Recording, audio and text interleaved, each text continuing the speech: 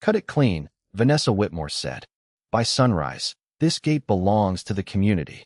The grinder screamed before I reached the bottom step. Orange sparks sprayed through the lake fog, bouncing off wet gravel and dying in the mud. The smell hit me next, burned steel, gasoline, and cold water rolling off Graypine Lake. My bare feet slid inside my boots as I pulled them on without socks and ran toward the eastern road. Caleb Ross had both hands on the grinder. The blade chewed through the last link of my father's chain. Snap! The broken length dropped against the gatepost with a heavy metallic clang. Behind him waited a line of vehicles. White SUVs, pickup trucks towing polished boats, a landscaping truck loaded with cedar beams. At least 20 residents stood near the road, phones raised, recording like they had come to watch a ribbon-cutting ceremony. Vanessa stood beside her white Range Rover in a cream-colored suit, untouched by the mist. A leather folder rested under one arm. In her other hand, she held a stack of silver access cards. She looked at me and smiled. "Mr. Mercer, you were formally notified." I didn't answer. I lifted my phone and started recording. Vanessa's smile tightened. "This is a recorded community easement," she said, loud enough for everyone behind her to hear. "You are obstructing lawful lake access." Caleb pulled the severed chain free. The gate groaned open. That sound went through me harder than the grinder. My father had welded that gate 32 years ago. I could still picture his gloved hand closing it after every utility inspection, then hanging the brass key on the nail beside our kitchen door. That same key pressed against my thigh now, buried in my jacket pocket. I walked past Vanessa and crouched beside the stone boundary marker near the gate. E17. The letters were dark with rain. Fresh scrape marks cut across one side, as if someone had already tried to pry it from the earth. "You might want to step back," Caleb said. I looked toward the oak tree across the road. A small red light blinked once inside a hollow knot. The camera was still running. So was the second one above the culvert. And 20 yards behind me, inside my father's dented blue map tube, was a survey sheet Vanessa had never seen. The first SUV rolled forward. Its tires crushed the broken chain into the gravel. I read the plate number aloud. Then the time. 5:14 a.m. The driver hesitated. Vanessa laughed. "He's trying to intimidate you. Keep moving." A boat trailer followed. Then another SUV. Gravel popped beneath the tires. Exhaust drifted low through the fog. Each vehicle crossed the stone line, past the oak camera, and continued toward the private road along my shoreline. I didn't block them. I didn't touch the gate. I simply kept recording. Vanessa mistook that for surrender. She stepped closer, perfume sharp over the smell of hot metal. "You should have accepted the buyout, Ethan." I glanced at the silver access cards in her hand, then at the fresh gouges on E17. What she didn't know was that cutting my gate had not erased the boundary. It had given it a timestamp. And every vehicle she ordered across it was about to become part of something much larger than a property dispute. What would you do if someone cut through your gate and claimed your road before sunrise? And where are you watching from? 21 days before Vanessa cut the chain, I came back to Graypine Lake with a toolbox, 2 duffel bags, and no plan beyond fixing what winter had broken. The cabin smelled like cedar dust, old coffee, and the faint mineral damp that always rose from the shoreline after rain. I spent the first morning replacing warped boards on the dock while a cordless drill whined against the quiet water. Every few minutes, a loon called from the far cove. That was when I heard tires on the eastern road. A white Range Rover stopped outside the gate. Vanessa Whitmore stepped out wearing polished boots that had never touched mud and a navy coat belted tight at the waist. Her blonde hair stayed perfectly shaped despite the wind. She carried a bottle of red wine in one hand and a glossy presentation folder in the other. "Ethan Mercer?" she called. I set the drill down. "That depends who's asking." Her smile arrived a second before her voice softened. "Vanessa Whitmore, president of Silver Birch Shores. I wanted to welcome you home." She held out the wine without looking at the splintered dock, the rusted winch, or the black grease on my hands. Inside the folder were architectural renderings of a marina clubhouse, floating docks, and a stone entrance marked Graypine Marina Club. The pictures showed expensive boats tied along the eastern shoreline. "My shoreline. We're creating something that benefits everyone," she said. "Your service road is the natural access point." The road ran from the county lane, through my gate, across 1,100 feet of my land, then curved beside the lake. My father built it for utility crews, fire access, and maintenance around the old drainage system. It was narrow, private, and the only stable route to that section of shore. Vanessa slid a contract across my workbench. 30 years of access. Residents, guests, contractors, deliveries, events. The payment was less than what one waterfront lot sold for. No, I said. Her smile stayed in place, but her fingers tightened around the folder. You haven't reviewed the community benefits. I reviewed the map. The drawing showed a dashed line labeled Historic East Shore Easement. I leaned closer. The line crossed my road, but the survey notation in the corner was wrong. The bearing marks used a county grid abandoned before Silver Birch Shores existed. I tapped the page. Where did this come from? Our legal records. That isn't an answer. Her voice lost its warmth. The access already exists, Mr. Mercer. This agreement simply formalizes your cooperation. Behind her, something silver flashed near the gatepost. After she left, I walked down and found a new metal sign wired to my fence. Community Lake Access. Authorized users only. The screws were fresh. Metal shavings glittered in the wet soil. That night, I pulled my father's dented blue map tube from the attic. Inside were old surveys, maintenance logs, and a hand-drawn sketch showing the road, the culvert, and the stone marked E17. At 11:43 p.m., my motion camera sent an alert. Vanessa's Range Rover crawled past the gate with its lights off. It stopped beside E17. A man got out, measured from the stone to the road, then photographed my lock. The next morning, a certified HOA notice arrived. Remove the gate within 21 days. The deadline matched the marina's opening ceremony. I read the date twice, then called a surveyor I hadn't spoken to in 6 years. Because Vanessa wasn't asking for access anymore. She was preparing to take it. Luke Dawson arrived before noon in a mud-streaked county truck, carrying a tripod, a survey receiver, and the same tired expression he wore on bridge inspections. He didn't ask why I'd called. He looked at the gate, then at the fresh sign wired to my fence. Who installed that? HOA. Luke snorted and set the tripod over the first control point. I spent 12 years reviewing easements, drainage corridors, and access claims for road projects. Most disputes looked complicated because people stared at colored lines instead of the ground beneath them. The ground never lied. Bearings, elevations, disturbed soil, cut wire, displaced stone, those were harder to fake. I drove a steel pin beside the road and held the prism pole steady while Luke calibrated the receiver. The instrument beeped. Wind pushed damp cedar smell across the clearing. Somewhere below us, water hissed through the culvert. We measured from the county right-of-way to the gate, then from the gate to E17. The numbers didn't match Vanessa's map.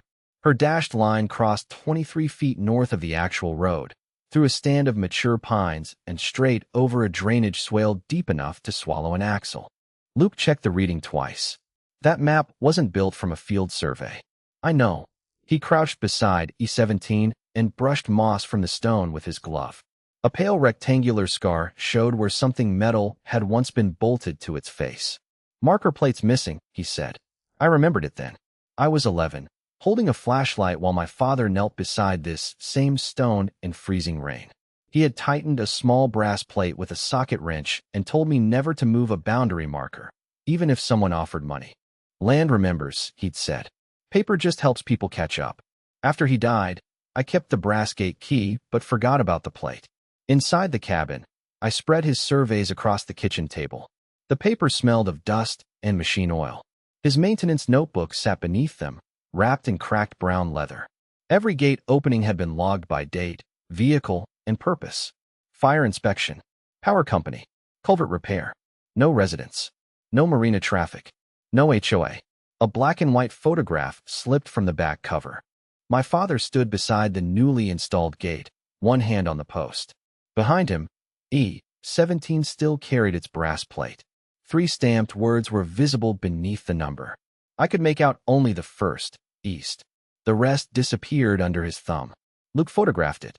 My motion alert sounded before either of us spoke. A gray pickup had stopped outside. 2 men in orange vests moved along the fence with a metal detector. Vanessa sat in the passenger seat, watching through lowered glass. One man walked directly toward E17. I stepped onto the porch. He froze. Vanessa leaned across the driver and called, "Routine utility verification." "There's no utility request on file," Luke said.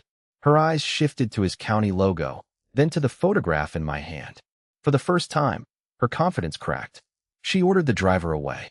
The truck spun gravel and vanished toward Silver Birch Shores, leaving the sharp smell of diesel behind. Luke studied the tire tracks, then checked his tablet. "There's more," he said. A financing exhibit for the marina had been filed 3 months earlier. It listed my road as permanent, unrestricted commercial access, and cited E17 as the controlling monument. Someone had removed the plate because it didn't support their claim. This wasn't an HOA misunderstanding anymore. Vanessa was altering the physical record to protect a project already tied to bank money. By noon, my phone had vibrated itself warm against the kitchen table. 3 missed calls from clients. 2 from the county. 7 from numbers I didn't recognize. Then a link from Luke. Vanessa stood beneath the Silver Birch Shores sign, framed by manicured hedges and a local news camera. "One property owner is blocking emergency access to the lake," she said, her voice soft and wounded. "Families are being put at risk." Behind her, someone held up a photograph of my gate. By evening, the story had spread through neighborhood pages. I was called greedy, unstable, anti-community. A retired couple accused me of trapping ambulances. Someone posted my business address beneath a comment that read, "Ask him why he hates children." The next morning, a yellow violation envelope was sealed to my gate. "Unauthorized obstruction. Public safety hazard. Daily penalty, $500. The HOA had no authority to fine me, but the papers still carried weight. My insurance broker called before breakfast. "We received notice that your private road is being used for regular public traffic," he said. "Your liability classification may change." "How much?" He paused. "Possibly triple." An hour later, one of my largest inspection contracts was suspended pending a conduct review. The complaint claimed I had falsified access reports and threatened residents. Vanessa wasn't trying to win the argument. She was making it expensive for me to keep having one. She arrived that afternoon with an attorney and a silver sedan idling behind her. Gravel clicked beneath her heels as she walked toward the porch. She placed a cream envelope on my workbench. "Final offer," she said. The number inside was barely enough to replace the dock. In exchange, I would sell the gate corridor, withdraw my complaints, accept the marina access plan, and agree not to discuss the easement records. "You're asking me to sign away the road," I said. "I'm offering you a graceful exit." Her attorney said nothing. He watched my hands. Vanessa leaned closer. Her perfume cut through the smell of sawdust and lake mud. "The opening ceremony is in 16 days. The bank inspection is sooner. This project will move forward with or without your cooperation." There it was. Not if. With or without. I folded the offer once and slid it back. "No," her smile hardened. "Then you should prepare for consequences." I didn't raise my voice. I didn't tear the paper. I watched the sedan disappear and wrote down the time. That night, rain struck the roof in hard, uneven bursts. At 1:26 a.m., the Oak camera sent a motion alert. The screen showed headlights cutting through fog. A gray pickup stopped short of the gate. Caleb Ross stepped out with bolt cutters, a pry bar, and a canvas tool bag. Another man wore an HOA security jacket. They worked without speaking. Caleb tested the lock, then moved to E17. The second man held a flashlight low while Caleb scraped mud from the base of the stone and drove a narrow shovel into the ground. My porch camera caught Vanessa's Range Rover parked farther up the road with its lights off. At 1:31, Caleb pulled something flat and metallic from beside the marker. Vanessa got out. She crossed the road quickly, took the object from his hand, and wrapped it in a white cloth. The camera couldn't read the engraving, but it recorded her voice. "This is the piece that contradicts the filing." My skin went cold. She had known exactly what was missing. Then Caleb lifted the bolt cutters toward my chain. The county hearing lasted 19 minutes, and I lost before the rain stopped beating against the courthouse windows. Vanessa's attorney placed a stamped access certificate on the table. It carried the planning department seal, a parcel number, and a clean signature from a deputy clerk who had retired 2 years earlier. "Recorded community access," he said. "Continuous and unrestricted." I slid my photographs forward. The missing plate, the night footage, Caleb digging beside E17. The hearing officer barely looked at them. Those allegations require separate investigation. Until ownership is verified, the existing traffic pattern remains in place. Existing traffic pattern. 3 words turned trespassing into permission. Vanessa sat behind her attorney in a white coat, hands folded over one knee. When the officer denied my emergency closure request, she released a quiet breath and smiled toward the news camera. Outside, microphones gathered around her beneath the stone courthouse awning.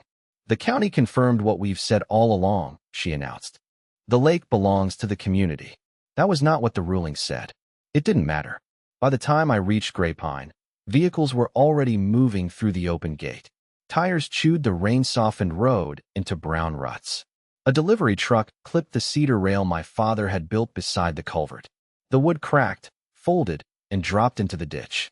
I stood in the rain with splinters floating around my boots. My insurance broker left another message. The suspended contract became a canceled contract. $500 in daily penalties continued stacking on paper Vanessa knew she couldn't legally enforce. False authority still did real damage when enough people believed it. Nora Bennett arrived near dusk, soaked from the shoulders down, and carrying copies of the hearing exhibits. Luke followed with the old photograph from my father's notebook sealed inside a plastic sleeve. He placed it beneath the kitchen lamp. "Look at the plate again." The image was grainy. My father's thumb covered most of the engraving, but Luke had enlarged the exposed corner. East, and below it sat 2 stamped marks. 1-2. I pulled the dented blue map tube onto the table. Its cap scraped metal against wood. Inside, one survey sheet had a handwritten note near the margin. E. Annex C1. D. 7. Luke stared at it. East Annex Cabinet 1. Drawer 7. The old county annex had closed after a pipe burst in 2004. Most records were digitized, but damaged plats, utility agreements, and pre-merger easements remained in basement storage. We reached the building just before 9. The caretaker unlocked a side door with a ring of iron keys. Inside, the air smelled of wet concrete, rust, and paper slowly turning to dust. Water clicked through exposed pipes. Our flashlights slid across leaning cabinets and boxes swollen from old floods. Cabinet 1 stood behind a stack of broken voting machines. Drawer 7 was locked. The brass key from my father's gate fit halfway, then stopped. I turned it over. A smaller tooth had been filed into one side. The second try produced a dry metallic click. Inside lay a rolled survey, a maintenance ledger, and an easement agreement dated 1989. The original brass plate rested on top. East Annex Access 1-7. The agreement allowed passage for emergency response, utility repair, and annual drainage inspection. Nothing else. No residents. No guests. No marina. No commercial deliveries. A later attachment showed the road remained entirely within my family's parcel and could not be expanded, transferred, or monetized without the owner's written consent. Vanessa did not own the access she had promised the bank. She was using my road to support a project built on a legal fiction. I reached for my phone. "I'm closing the gate tonight." Nora caught my wrist. "Not yet," she said. "She thinks she won. Let her keep using it." I looked at the easement, then at the rain crawling down the basement window. "Why?" "Because now she's been warned," Nora said. "From this moment forward, every crossing becomes evidence." Nora spread the original easement across my kitchen table while rain tapped the windows like fingernails. "If you close the road tonight," she said, "Vanessa claims interference. If you let her continue after written notice, she proves intent." Luke set a compact axle counter beside his coffee. "So we stop arguing about what she might do," he said. "We measure what she actually does." I wanted the gate shut. I wanted the chain back around the post, and every contractor turned toward the county road. But anger was fast. Evidence was patient. We started before sunrise. Luke installed 2 cameras inside weatherproof housings, one aimed at the gate, the other at E17. I buried a vibration sensor beneath the gravel near the culvert and mounted a license plate camera inside the oak hollow. Each passing vehicle triggered a soft electronic chirp on the receiver in my workshop. One chirp, one timestamp. Nora created the log.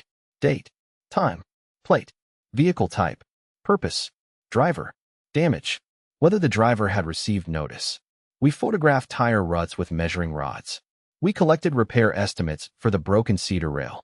We saved every threatening letter in clear sleeves and backed the footage onto 2 encrypted drives, one stored off-site.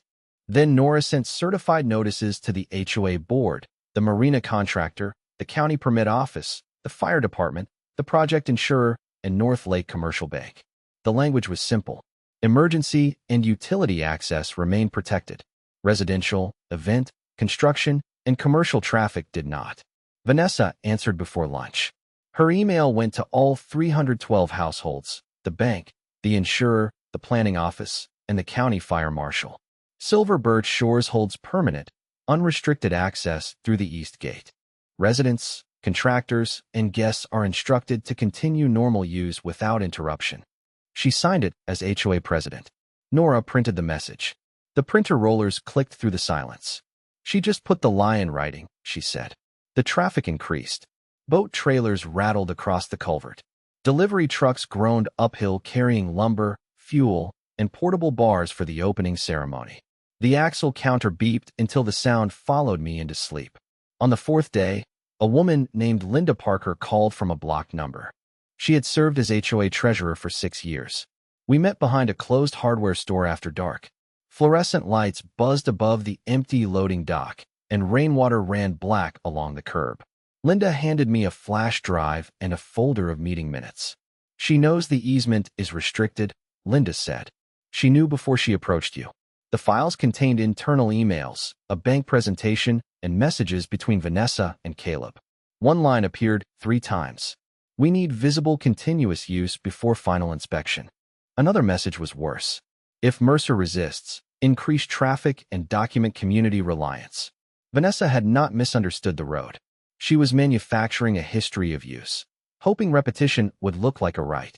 By the end of the week, we had recorded 463 crossings, 71 boat trailers, 38 contractor vehicles, 19 material deliveries, 6 after midnight, not one ambulance, not one utility repair truck, not one drainage inspector.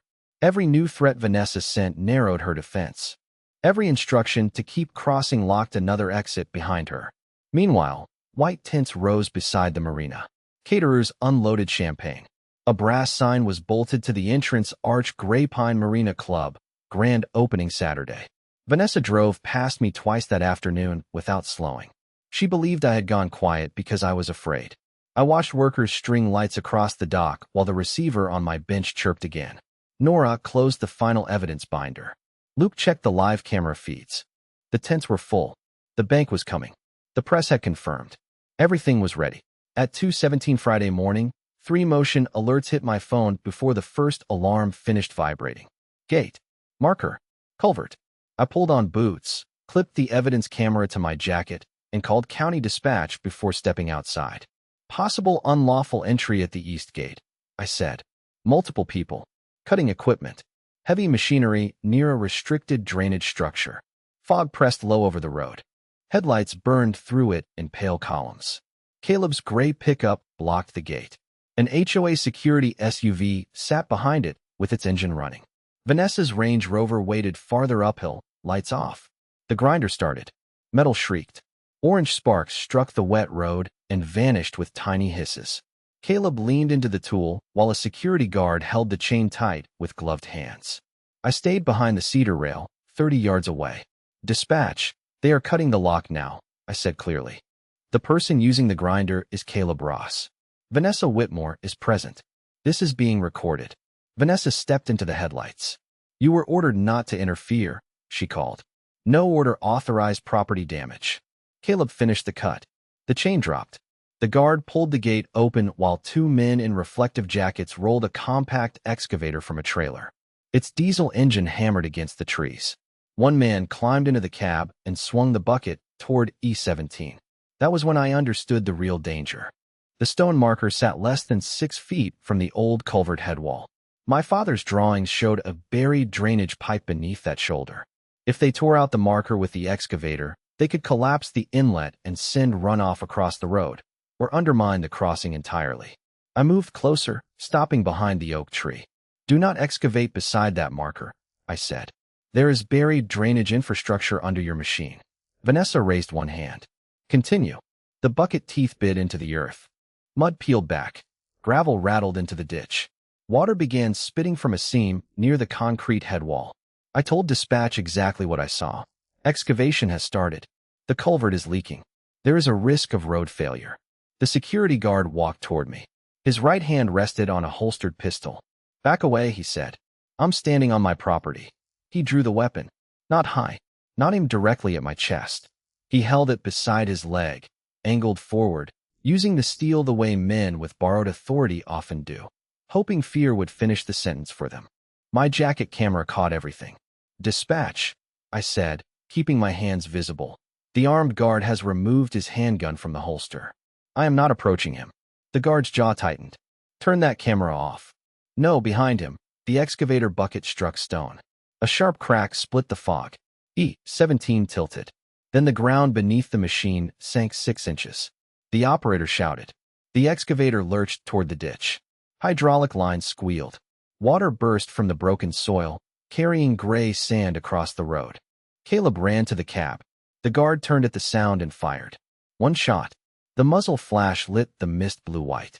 The round struck the cedar gatepost, throwing splinters across the gravel. A brass casing bounced once near the cut chain and disappeared into the mud. Silence followed. Even the excavator operator froze. I stayed behind the oak. A shot has been fired, I told dispatch. No one appears hit. The casing is near the east gatepost. The weapon remains in the guard's hand. Sirens rose beyond the trees. Deputy Ryan Hale arrived first, followed by a county road inspector and a second patrol unit. Officers disarmed the guard, separated Caleb from Vanessa, and photographed the casing, damaged post, cut lock, leaning marker, and leaking culvert. Vanessa kept repeating the same phrase. Emergency maintenance. The inspector looked at the excavator tracks. This wasn't maintenance. The guard was taken into custody. Caleb was detained for questioning. Vanessa was released pending investigation after her attorney arrived before dawn. At sunrise, crews stabilized the culvert and sealed the road to construction traffic. Nora met me beside the broken gate. We can stop the opening, she said. Across the lake, workers were already raising the white tents. I watched Vanessa's event lights flicker on through the fog. No, I said. Let her step onto the stage. The grand opening would continue. And this time, every camera would already be waiting. The champagne glasses were already chiming when I reached the marina. White tents covered the shoreline. A string quartet played beneath cedar arches. Polished boats rocked against new floating docks while photographers circled Vanessa Whitmore like she had built the lake herself. She stood on a raised platform in a white suit, one hand resting on a brass plaque that read, Graypine Marina Club, East Gate Access. Behind her, bankers, real estate agents, HOA board members, and county officials held drinks beneath heat lamps. Silver access cards hung from blue ribbons around residents' necks. Vanessa saw me near the back. Her smile widened. Mr. Mercer, she said into the microphone. I'm surprised you came. I kept my hands in my coat pockets. I was invited by the county. The music stopped. Luke Dawson entered first, carrying a survey case. Beside him walked the county road inspector and a planning enforcement officer. The enforcement officer stepped onto the platform and handed Vanessa a sealed document. Silver Birch Shores is hereby ordered to suspend all commercial and residential traffic through the East Gate corridor. Camera shutters snapped. Vanessa glanced at the page, then laughed. This is temporary. Our easement has already been recognized. Luke unfolded a survey on the presentation table. The line you filed doesn't follow the road, he said. It runs through the pine stand and crosses a drainage swale. The actual corridor is 23 feet south. He placed photographs beside it. E-17 before removal. E-17 after excavation. The damaged culvert. The cut chain. Then he set the restored brass plate on the table. East Annex Access 1 to 7. Vanessa's face changed. I opened my father's dented blue map tube and removed the original 1989 agreement. Nora Bennett stepped beside me. This easement allows emergency response, utility repair, and annual drainage inspection, she said. It does not allow residents, guests, construction traffic, marina deliveries, or paid recreational access. Vanessa pointed at me. He concealed those records. Nora didn't look at her. The records were in county storage. Your filing cited the marker while omitting the document attached to it. The representative from North Lake Commercial Bank closed his folder. Our loan was approved based on permanent, unrestricted commercial access, he said. Funding is frozen effective immediately. A woman from the project insurer followed. Coverage is suspended pending fraud review. We were also told the road was owned and controlled by the HOA. Vanessa gripped the podium. Our attorney handled those submissions. Linda Parker stood from the second row. No, she said. The crowd turned. Linda walked forward carrying the meeting minutes and a printed chain of emails. She read Vanessa's message aloud. We need visible continuous use before final inspection. Then another. If Mercer resists, increase traffic and document community reliance. Vanessa's attorney stepped away from the platform. I placed the final evidence binder beside the champagne bucket. 463 recorded crossings, 71 boat trailers, 38 contractor vehicles, 19 material deliveries, 6 after midnight, each one-time stamped, each plate photographed, each purpose logged, each crossing made after Vanessa received written notice. Deputy Ryan Hale entered with 2 investigators. He carried an evidence bag containing the spent casing recovered beside my gate. The jacket camera footage played on a portable monitor. Caleb cutting the lock. Vanessa ordering the excavation. The guard drawing his pistol. The muzzle flash. The cedar post exploding. Then Vanessa's voice from the earlier night recording. This is the piece that contradicts the filing. She stopped blaming the attorney. She stopped smiling. The HOA vice president removed her microphone and announced an emergency board vote. Within 2 minutes, Vanessa was suspended from office and stripped of authority over all association records and accounts. Deputy Hale stepped forward. Vanessa Whitmore, you are under arrest on suspicion of evidence tampering, conspiracy, property destruction, and fraudulent filing. The handcuffs closed beneath the sound of camera shutters. At the East Road, county crews lowered a temporary steel barrier under official supervision. Emergency services kept coded access. Utility crews retained legal entry. Residents were redirected to the public launch 3 miles north. No homes lost power. No ambulance was blocked. No innocent person paid for Vanessa's choices. I inserted my father's brass key into the restored gate lock and turned it once. The marina lights still glowed across the water, but the delivery trucks stopped moving. The fuel trailer shut down. The access card scanner went dark. Vanessa had built a multi-million-dollar victory on one road, one gate, and one easement. And she had never owned any of them. 4 months later, the eastern road was quiet again. Rainwater moved cleanly through the repaired culvert. Fresh gravel covered the ruts, and county crews had reset 17 exactly where my father's survey placed it. The temporary barrier was gone. In its place stood a rebuilt steel gate with a coded emergency lock, a utility access box, and one simple sign, private road, authorized access only. The marina still existed, but under different rules. Silver Birch Shores bought a narrow strip of land near the public highway and built a separate entrance to the north. Residents kept access to the lake. Emergency vehicles kept immediate passage through my gate. Utility crews could enter when dispatched. Deliveries, parties, and commercial traffic used the road the HOA actually owned. I could have sued every driver whose plate appeared in our audit. I didn't. Most of them had been handed silver cards and told a lie by someone they trusted. Punishing them would have made me another person using paperwork to hurt people who lacked the full story. Instead, the new HOA board held open meetings in the clubhouse. Budgets were posted online. Contracts required 2 independent signatures. Linda Parker became interim treasurer and supervised a forensic audit that uncovered diverted dues, undisclosed consulting payments, and marina expenses hidden under shoreline safety improvements. Residents received refunds from the illegal access fees. They also received votes that counted. Vanessa pleaded not guilty at first.